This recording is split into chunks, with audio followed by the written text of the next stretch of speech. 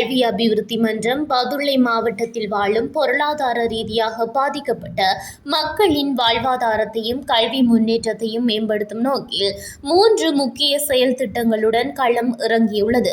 கனடாவை தளமாக கொண்டு இயங்கும் பிரம்டன் தமிழ் ஒன்றியம் மற்றும் கொழும்பை மையமாக கொண்ட மலையக கல்வி அபிவிருத்தி மன்றம் ஆகியவற்றின் பூரண அனுசரணையில் நாளைய தினம் 22ஆம் தேதி ஞாயிற்றுக்கிழமை பதுளை மாவட்டம் பசறை பில்ஹாதென்ன வித்தியாலயத்தில் இந்நிகழ்வுகள் இடம்பெற உள்ளன.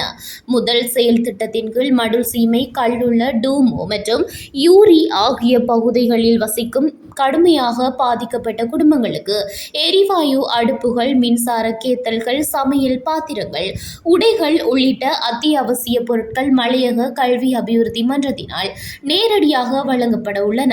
இரண்டாம் செயல் திட்டமாக ஹொஃப்டன் கெஹல்வத்தை பிரதேச இளைஞர் யுவதிகளின் கலை, கலாசாரம் மற்றும் வாசிப்பு திறன்களை ஊக்குவிக்கும் முகமாக ஸ்ரீமணி வாசகர் மண்டபத்திற்கு புத்தகங்கள் மற்றும் விளையாட்டு உபகரணங்கள் வழங்கி ஆரம்பித்து வைக்கும் நிகழ்வு அன்றைய தினம் நடைபெற உள்ளது.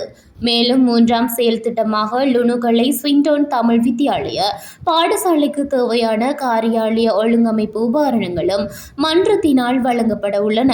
இந்த 3 செயல் திட்டங்களும் மலையக பகுதிகளில் கல்வி மற்றும் சமூக முன்னேற்றத்திற்கு புதிய ஊக்கமாக அமையும் என எதிர்பார்க்கப்படுகின்றது.